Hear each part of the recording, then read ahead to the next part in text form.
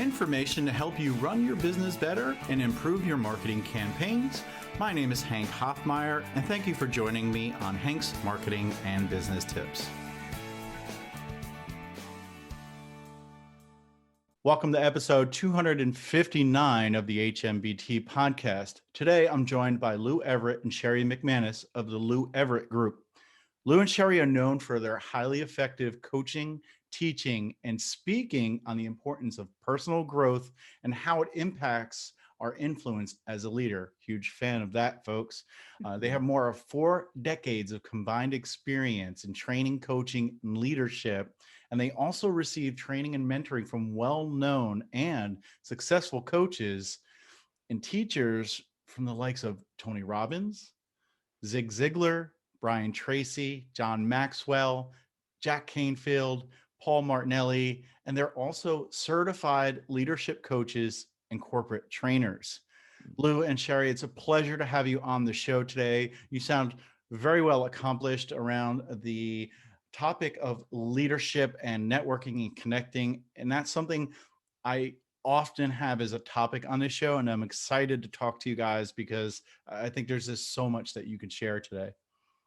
Sure. Well, thank you for having us, Hank. We're really excited. We were talking about this earlier, and really excited to be able to come on here and kind of share some information with y'all. So tell me just a little bit about it. As far as your history, what got you into the realm of leadership coaching? What sparked your interest and passion in wanting to do this? I think Sherri and I have a little bit of different backgrounds on that piece of it, but I'm going to right to the point. My mother, when I was younger, instead of allowing me to play my songs in the car on the way to school or dropping me off at a friend's house, it was more, no, we're listening to this Tony Robbins tape, or we're listening to this John Maxwell leadership tape in the car. And so those are the things that I was always raised around, thanks to my mom. And so it was kind of ingrained into me. And I realized fairly quickly that that people considered me a leader when I'll never forget it. I was up speaking in front of about 200 people, and I was about 12 years old. And I got off stage, and a member of the community that I spoke in came to me and says, you speak way too old for your age. And at that moment, I said, I think I'm built for this. And then moved on that direction, and of course went through a lot of experience too, became management and middle management, executive level management, gained experience, what to do, what not to do. But my passion was always about helping people to develop their skills, because the reality of it is we got to break the leadership playbook that we use today.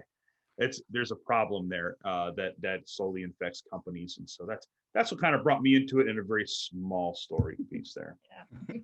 I thought that car story was going to take a different turn. I thought you were going to say you had to develop and use, influential leadership skills to be able to listen to what you wanted. But no, you turn around and actually your parents were a good influence on you, and that was good leadership. Yeah. For me, my kids, they love listening to audiobooks, so they have full control usually of the audio in the car, and we listen to these really cool like children's stories that, kind of entertaining for adults too. I mean, I learned some lessons in some of those books too. Sure. Yeah. There's no trying to convince my mom differently than what she decided she wanted. You don't change mom's thinking in the car, nonetheless, back then. So, right. And Sherri, what's your story? Yeah. So, ever since I was little, my mom tells a story that I was the littlest one in my neighborhood, and you have the neighborhood kids, right? That I would be the littlest one, but yet in charge of everybody. And here my mom would share stories like, yeah, you guys would play your games, and here you are right in the middle of all of it, and telling them what to do. Right. And it's funny because you reflect, you're like, wow, that's so positional leadership, Right. Yeah, definitely. And I think, there's that thought of what word do I want to use here of people that have, a bad, self-thought, right? But you can overcome that basically with your passion, knowledge, expertise, skills, no matter what size you are, what age you are, what color you are, it doesn't matter. You can be a leader. And I think people need to overcome that. Self-esteem is probably the word I wanted to use there. Sometimes you can overcome that. And I've done that in my life. I've told that numerous times on this show, where growing up, I thought people thought negative of of me, didn't want to be friends with me. And I was always the wallflower at parties, and I would be around the food or the drinks most of the time. But by knowing me now, most people say you were never like that. It's just something I still have to overcome, because I just think people, I don't know, I analyze what people are thinking, and I always think it's negative in some ways. But I think the last 5-6 years, I've overcome that a little bit more. And we're here today to talk about leadership and to help people become better leaders. And that's what you guys do. And, one thing that we discussed before you guys came on the show, and what we were saying we're going to talk about today, is that there's this difference between communicating and in connecting. And I was hoping you guys can dive into that and help us figure out how can we actually connect and not just communicate. You mean by me posting on LinkedIn or sending somebody a message on LinkedIn is not connecting? It's just communicating? Is that what you're saying? It could very well be. And this is an interesting topic, because I'll give you a great analogy, an example. I'm a military son, so my dad was in the Army, and growing up, he was in the Army. We traveled an awful lot. Now, anybody out there who has a military parent or was in the military when they were younger, the communicating was very different perspective. My dad's way of communicating was with a loud voice all the time. It was, or yelling, if you will. And to this day, he'll say, "I wasn't yelling, I was raising my voice." But you see, the connecting piece comes more into a little bit more of a perspective. So there's a big difference between connecting with somebody and just communicating with them. Right? You can tell somebody something, but when you connect with them, they'll remember you. That's right. And so what I propose and what we teach is that connection or communication or leadership overall. Let's take that. Leadership is about influence. It's about nothing else. It's about influence. Right. And how do you really influence? By communicating, connecting, right? You can communicate. The other day I picked up the phone and I had to call tech support for the internet, and I pick up the phone, and communicating is, this is the problem, this is what needs to go down, and can you fix it? When is it going to get fixed? That's communicating, right? On the other side of it, when I pick up the phone and I'm talking to a client, then, or a potential client or someone that's asking for assistance, at that moment I say, "Hey, how are you? How was your day? What are some things that have happened today?" Right? We begin to connect a little bit more on a different level than just talking. Right. So there's a very big difference there, and that connection draws out 5 main things and factors that really strong leaders and some of the most successful communicators or connectors use. And there's 5 of those specifically that we teach on. And listening too. That's a kind of an add-on, even though there's 5 that there are to talk about, but listening is always key as well. Right. So there's an adage of, there's a reason why we have 1 mouth and 2 ears, and we really have to be intentional when we do listen to people, and we hear them, and we really listen to them. Mm-hmm. It makes me feel really good. There's something I do, and I'm gonna see Sherri smile, and she's gonna validate this. When people connect with me on LinkedIn, if they send me a blind invite just saying, I want to connect, I don't accept it. I want to get to know that person. I want to quote unquote connect with them. What I do is I actually reply, and I have a blurb, and I copy and paste it, and sometimes I tailor it, and I'll just say thank you for connecting with me. I normally don't accept invites when they're blind. I would love to know why you want to connect with me. This way I can be of value to you and your network, and you to mine. I'd love to set up a call and get to know you a little bit before we connect. And sadly, I think the percentage right now of my reply is about 40%.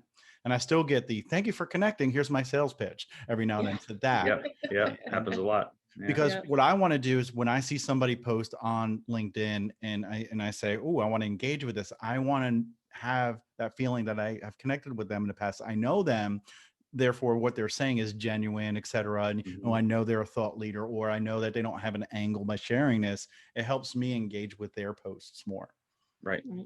I agree 100%. That's true. Yeah. Well, we've come, and since, for the last several months of the year here, right, since March or so, a lot of things have happened this last year, and people are going more towards the social side of things and try to engage.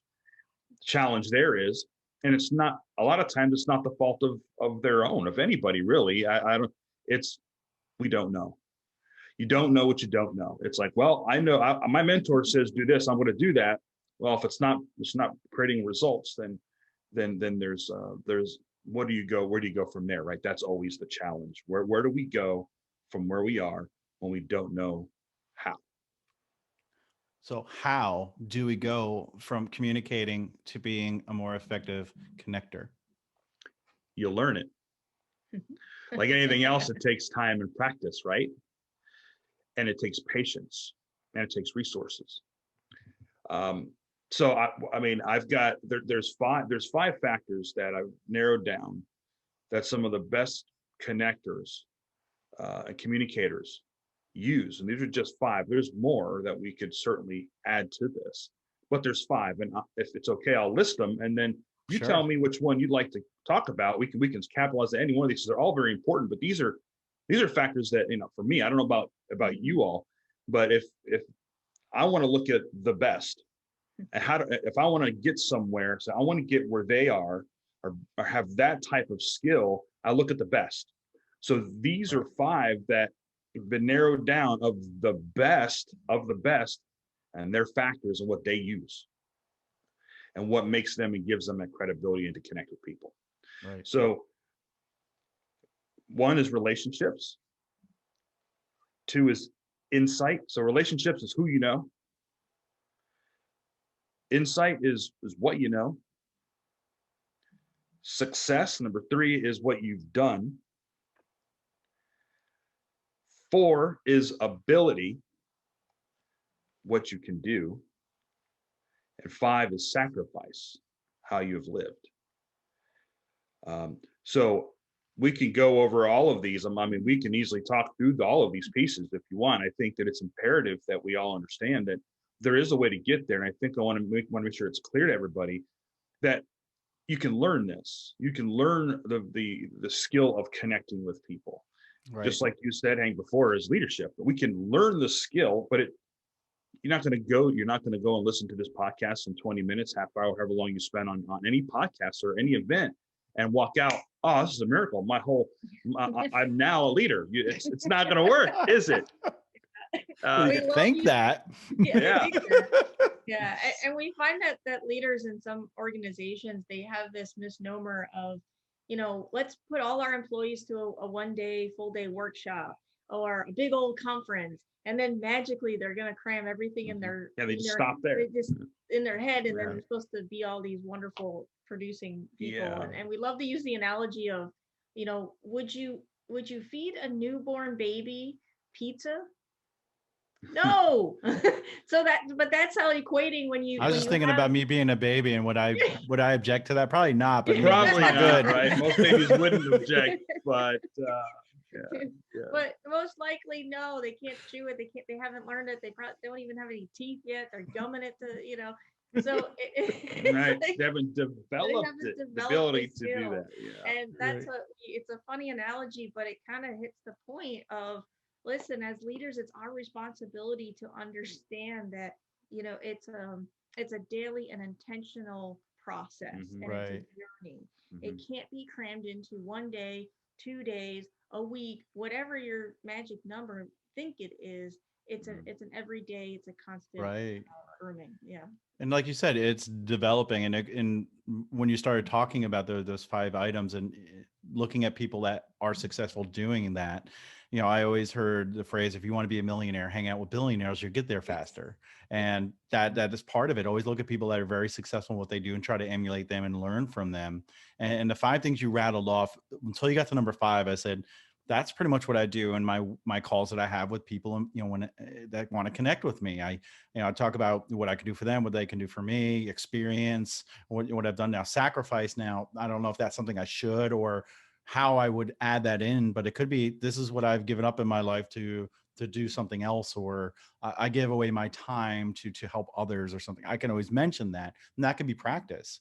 Maybe it starts off simply, hey, every time you go to connect with somebody in person or on Slack, Zoom, whatever you're going to talk on, go ahead and have these 5 items and try to touch on them. This way you have a more meaningful connection with them by the end of that interaction. And, Yeah. I don't know if you guys probably have something, right, in what you guys do when you work with clients, but have like a card that people can pull out or something, right? Or an app or, something, a note that just says, hey, I need to cover these 3 things. And the first 5 times, 10 times, you're going to reference that card or that note. But after that, it's going to be habitual. Right. Yeah. It becomes second nature. It comes with practice. I mean, there's a tons of steps to take. Number one piece is awareness. Okay. And that's a big deal. We've got to become aware as leaders or potential leaders, that whether we're a leader in just our home, or we're a leader in business, or where we own our own business, or we're community. Either way, we're leaders, and we have to be fully aware of the fact that we have to constantly grow and learn. There's no stopping. It's a lifetime process, right? And we do. There's when we coach our clients, we call our clients partners. That we have that type of relationship. They're partnerships, and as we partner with them in their success. And we have our own empowerment method that we have devised and developed based upon our experience and our knowledge of leadership and coaching and guiding businesses to be successful. And within that, there's a ton of this type of stuff that we go over to make sure that as long as it fits in with your goals. But I think you brought up sacrifice. And you got to remember, these are things that great connectors use. Okay, these are factors that great connectors draw on to cause people to listen to them. Because when you connect with somebody, that's really the point. It's a win-win, right? We want to connect so that they listen to us, we listen to them, and develop a relationship, right? So these are the factors. And so let's talk about the sacrifice, because you brought it up, so we can kind of put these factors into perspective. So sacrifice, again, is how you have lived. What do we mean? Well, what do we mean here? Well, people are drawn to other people that have a story. They're drawn to people that have made sacrifices, that have suffered tragedy, that have overcome terrible, painful obstacles to get where they are today. And see, people relate to that. Yep. And the underdog story. The underdog stories are. And folks, if you didn't notice, Lou is a great public speaker, because what did he open with? It's quiz time. He opened with a story. Yeah. And I don't know if people pointed, and you probably didn't realize that you were doing it because you just do it. It's habitual to you, but great speakers open up with a story and it means something to them. Everybody that's of a certain age, or maybe not a newborn because they don't remember being in a car, but anybody who has been in a car and had to listen to a radio has connected with you in some way. Right. It's true. That's true. And that's the point. And then even better yet, like, right, the stories like, and Sherri could tell you her at some point, we can always have another show on this, but to make it brief, where were you in August of 2018, August 23rd to be, is that 28th, 13th to be exact. and so think about that. Where were you August 13th? I don't know. I don't remember. No, right? It's like, what day is it? What? No. I don't even know what I had for breakfast. I don't know. but you know where I was? Yeah. Where were you? I was sitting in a hospital room, bedside, while Sherri was in a bed in the ICU. In the ICU burn center, not knowing if she was going to live or die, because starting off with a cold due to stress turned into pneumonia from a highly toxic environment, converted into this rare disease that almost killed her. You see, that story we certainly can bring on, but that is a true life story of suffering, overcoming painful obstacles that Sherri we both, she experienced it a lot worse than me, but both experiences were very different, but very equally valuable, that really transformed us into realizing, why are we not living our purpose every single day to make a difference, to transform leaders and their thinking so that other people don't have to suffer? Right. You see, that is a story of sacrifice. You know what? This is episode 259, and my goal is to move people to do things and become successful. And I think I could just shut this podcast down because that was awesome. That was just so heartfelt. And sometimes it takes moving a mountain or having something significant happening in your life to make you want to do, or to actually take action and do it. And I think you just convinced everybody they need to do what they need to do to be successful. And I could just stop the show, right? Right? I mean, not this We now, need like today. I mean, like, Yeah. don't even do it anymore. Like, Mic drop. We need your show. If it wasn't for your show, we wouldn't be able to tell that story to your audience. So Right. we need your show. But everybody has these stories. And here's the amazing part about it. We just don't tell them enough. And if you want to connect with people, you tell them enough. You tell them enough, and that they relate to you. And then, but doing it in a way that you still remained positive during that turmoil, that painful obstacle. You remained humble, even though it was difficult. And thereafter, other people are going to admire you for that. And they're going to want to connect with you, and they're going to listen to everything you have to say. Right. Because of it. See, that's the sacrifice piece. Because again, this is about them. It's not about us. It's about other people. Right. Right. But for you, it's easy to craft a good story where somebody might walk away from today's show saying, I need to tell stories more. And they're just going to come up with simple things that happen in their day that really have no significance. Folks, we want to make sure that we're setting you up for success. So when you're telling a story, and then you mentioned this, is time, location are two crucial items you could put into a story, but it should have like a lesson. It should have a hero and a villain, possibly, when yours had sickness and, and overcame that. So it's kind of hero victim. There's a lot of things you can inject into a story to make something simple still have a message and still connect with other people. Don't just say, well, last week I went to the store and I learned the value of buying candy and how expensive it is today. That just doesn't, it's not entertaining at all. But if you can kind of craft that into something significant that happened in a more meaningful way, that story is so much more powerful. Agreed. And you can actually use other stories too, other people's stories, like as a speaker, especially to get practice. To get practice. And say if you're a new leader, or if you want to do in the speaking side of things, there are some folks out there that love to, the speakers. We're coaches that speak, but we still have to learn the tips and of how to craft to speak, right? So really start out of, if you really dig down and reflect on what stories you can, just what you were saying, Hank, there is a story in all of us. We just have to have that space to take, so you can really think about that. No matter how small you may think, there's still a story that somebody else needs to hear with that. So I think that's important. And as a speaker, you can use someone else's story, as long as it has the all the qualities that we were just talking about. And you give them credit for it, of course. Hey, the other day, my friend so-and-so, but that's how you begin practicing. Well, we do it. I do it constantly.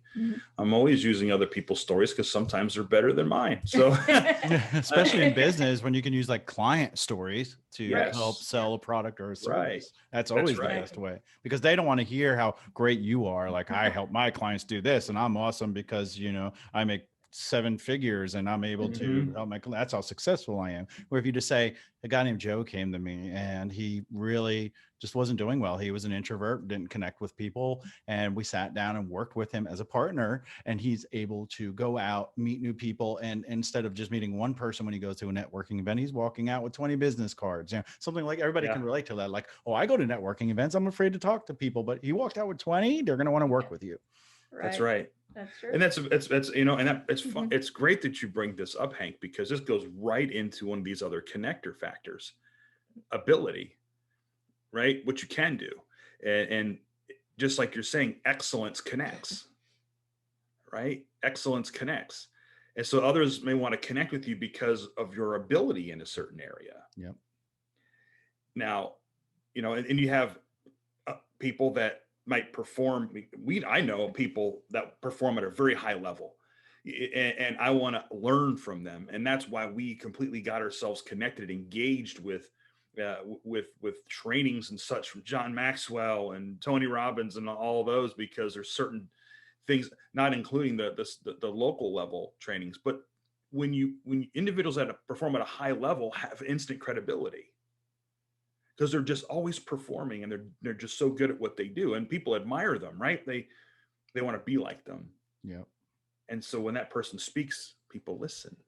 And I would also add in, you say ability, but visibility is an important one too, because those people that are highly successful are visible. They're on TV, they're on YouTube, they're on social media. People see Right. what they're doing. You might be True. just as knowledgeable or maybe have the same amount of experience as someone, but you're not as visible.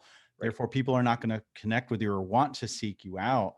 You need to get out there and just get comfortable speaking, get comfortable telling stories and connecting with people. Yeah, this is something 100%. where I feel like we definitely need to regroup and talk, because we even just went on a tangent about speaking, above and beyond connecting. But Sure. it sounds like you guys do a great job working with people to help them, quote unquote, just be more successful through, I guess, the thought leadership, connecting, networking, all of that. Tell us a little bit more about, if somebody wanted to work with you, what can you help them with? How can they get in touch with you? And is there anything that you want to tell the audience that they can take advantage of today? Yes. So real quick here, so that you know what we do, to answer your question. Suzanne is a partner of ours, a client that we started with a year and a half ago. She came to us and she had just hired on an assistant to help her out. That was just her, very, very small, but she had three clients she had three clients in her business, and she needed help hire this. And she came to us. She had no idea how she was even going to pay this assistant, but she knew she needed to grow. She started with us and went from three clients. And today, a year and a half later, and she was probably making roughly $1,500 to $2,000 a month profit in this business. We're talking miniature. Today, she's got 22 clients, is making almost $10,000 a month profit, ready to hire another assistant. Nice. And is going to be actually doubling her profit margin so we're talking a 550% increase in her business. The reason is because we work with individuals with where they are. Where are you? We've also worked with executives. We have a sales executive, an executive himself, who manages the entire America, right? The entire country, and his company in the sales leadership perspective. We work with all those demographics. How we do that is we start right away with awareness. What is your passion, purpose, and what is your why? If you don't have it, it's difficult to move on. So we start there, and we work our empowerment method, which focuses specifically on growing the person. We don't mentor unless we ask permission. We coach, which means we ask you questions because you know the answer. It's there. We just have to pull back the weeds for you a little bit so you can see it. And then we give you the guidance necessary to get there. That's what we do. And we're very proud of it because we see success. Where can they reach us? They can reach us at loueverettgroup.com. We are on LinkedIn, we are on Facebook, and we're also on Instagram as well. So we're very open, and feel free we love to connect and to really have a conversation. We're very open in meeting new connections and see how we can help. Yeah, it's and that's it. Just contact us, connect with us. We want to talk. We love to hear from people. We do want to give something away to your listeners. Awesome. If you're okay with that. I am. Cool. And we'll give you the link so that we can post it in so that people will be able to access this, and it's at no cost. And we have this. Usually we provide this as a first session for anybody who works with us, as far as our clients, and they sign up to work with us. But we want to give it to you without that necessary signature, if you will, or contract, for free. It is just a 30-minute. It's called The History of Your Future. All we do is we have a conversation, and we take this amazing journey 10 years into the future where you're highly successful in what it is that you want to do. And we build that image and that picture of your empowered future. And then we work backwards on how you got there. What did you do to get there? What resources did you have to use to get there? So by the time you're done, you now can not just see it, you begin to feel what that empowered future really looks like. So we want to give that to your listeners to sign up with us, and we'll make sure that you get the link so that everyone can take a look at that. And all they've got to do is sign up for a time. Awesome. I think I probably should take advantage of that since I don't have to do this podcast anymore. I have so much time on my hands.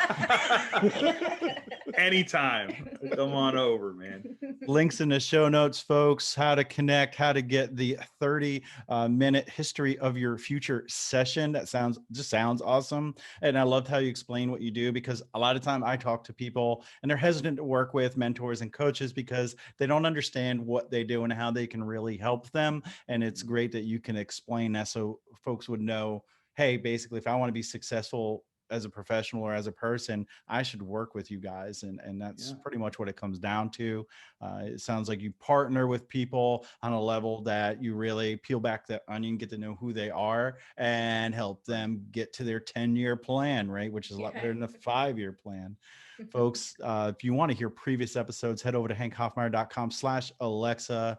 You should know by now I'm on iTunes, Spotify, Google Play, anywhere you listen to podcasts. And this will also be on YouTube. We'd appreciate a like and a share, and also a review, because that's how people find this show. And I love how my audience is growing, and I want to give back by letting more and more people listen and hear how the Lou Everett Group can help you and anyone else that might be listening.